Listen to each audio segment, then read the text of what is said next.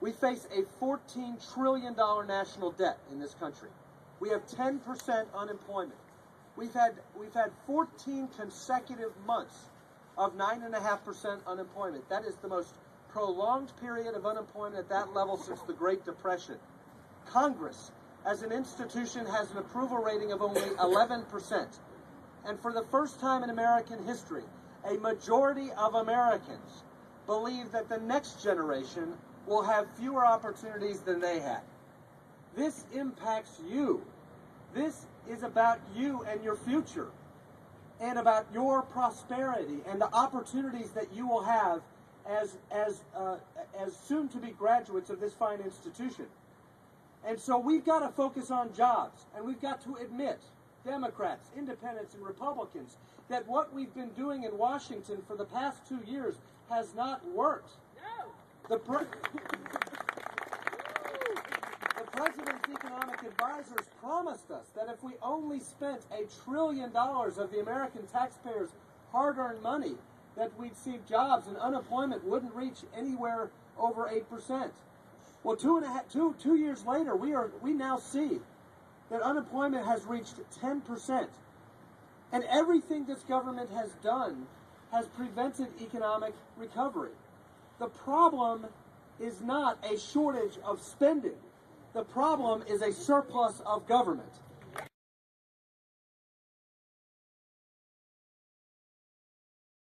You believe in equal access, right? In equal opportunity, but not necessarily equal outcome. The fact of the matter is, you're on this campus learning, working your tail off, taking on student loans. Why? Because you want a better way of life. And you believe that your hard work should be rewarded, and I do too. But those incentives have to be in place. If everybody has the same thing in life, we know how that works. It's been tried before, and in every attempt in every civilization, it has failed. And so I would argue, and I think you would agree, America is what it is today, and America will only remain as strong as it is because of its lack of entitlements, not because of them. And so we need to preserve the liberty, the great opportunity, and the great incentive to work hard to produce and be a contributing member of society.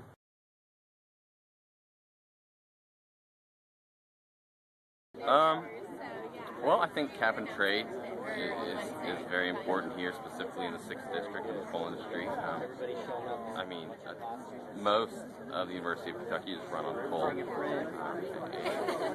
cap and trade would kill jobs in Eastern Kentucky and Western Kentucky. And we're just looking, in a time when you're looking at a 9.6, 9.7 unemployment rate.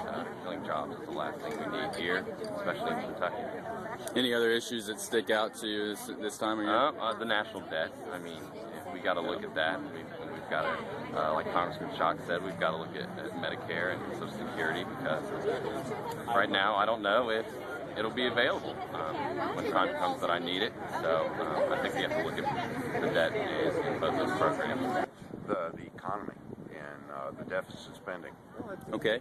What do you think that Congress should be doing about that? Shrinking government. I think they're both fiscal conservatives, and I think that's the main thing we need right now, because you can look at things like congressional budgets that's just gone through the roof. And I mean, the amount of money that's spent and wasted by this federal government is extraordinary, and that needs to be eliminated. My name is Mike Fielden. I'm a junior agricultural biotechnology student at the University of Kentucky. With me, the most important issue in this election is going to be fiscal responsibility.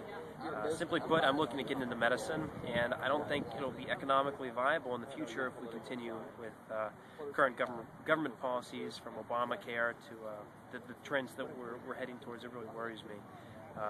So I'm really looking at candidates based on how they're going to change healthcare, how they're going to change the economic structure in the United States, and say that's my most important issue.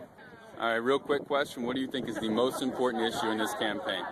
I think it's jobs. We are here on the campus of the University of Kentucky to talk about Congress focusing on job creation. And we have a 10% unemployment rate in this country. And the problem is not a shortage of spending. The problem is too much government.